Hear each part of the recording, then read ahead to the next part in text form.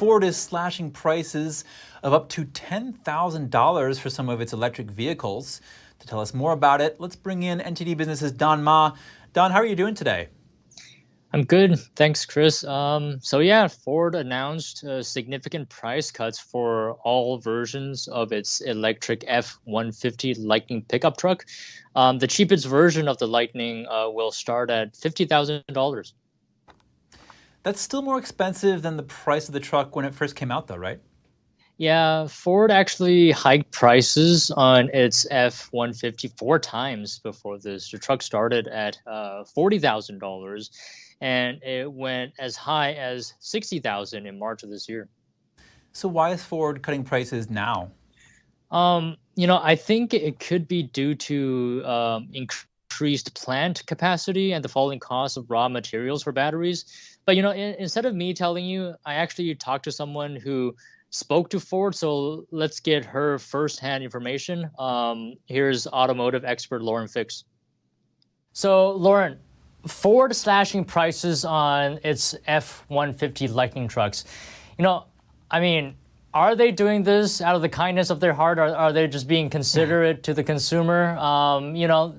Are they making these trucks more affordable because of Tesla, price wars? Just tell us what is happening here. Well, I'm actually at a Ford event now, so I spoke with a couple of internals to get some real information. You can look at it from two perspectives. You can say, oh, they're not selling them, so they're doing a price cut, and they're trying to compete with Tesla, so they're going to have a price cut. That's one perspective. Ford's saying, and this is from their words, that they're building 150,000 of these Ford Lightning trucks this year, and there's some information that goes with that. Ford also says that they're scaling production, so they're lowering costs. So now let's take a step back and look at the facts. Ford just took $9.2 billion of your tax dollars to build a battery plant in Detroit. Now, that loan has to be paid back at some point, and Ford hopes that they're going to do it based on electric car sales. Now let's take a look at real electric car sales. I have friends that own dealership groups in Michigan, and right now they have what they call turns. How often the car sits on the lot, when that vehicle sells. So how many turns do you have? A good turn is like 15 days. So a car sits there no longer than 15 days, it's sold. Right now, the EVs that are in Michigan, this is just from yesterday, there's a 92-day turn. 92 days. That's 3 months. So there's something called floor planning. When vehicles come in, they don't pay for the vehicle up front. They pay for the interest on that, and that is financed. And when that vehicle's sold, they pay it off, and the usual car transaction.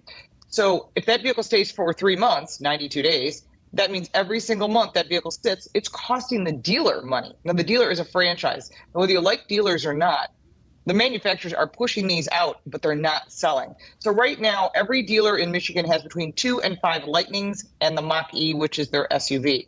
And it's not just Ford. It's General Motors. It's every single electric car are not selling. So it seems like price is not the biggest obstacle here. Ford is slashing prices, but it seems like consumers have other concerns. Right. And think about this. If you're, we'll just say for average, they're cutting close to $10,000 off the car.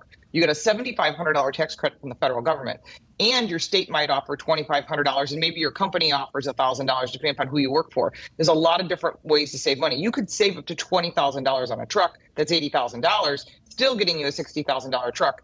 But you're still looking at a lot of money.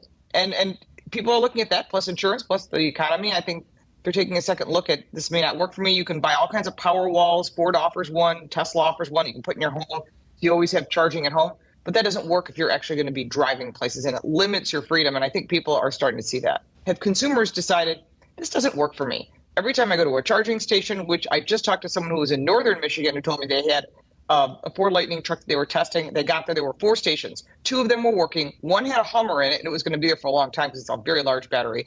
And they sat there and they charged for 4 hours just to get them to their destination, which didn't have a charger, or they had one that was broken. So these are problems that consumers get frustrated. It'd be like you pulling into a gas station and there's no fuel, or they're not pumping today.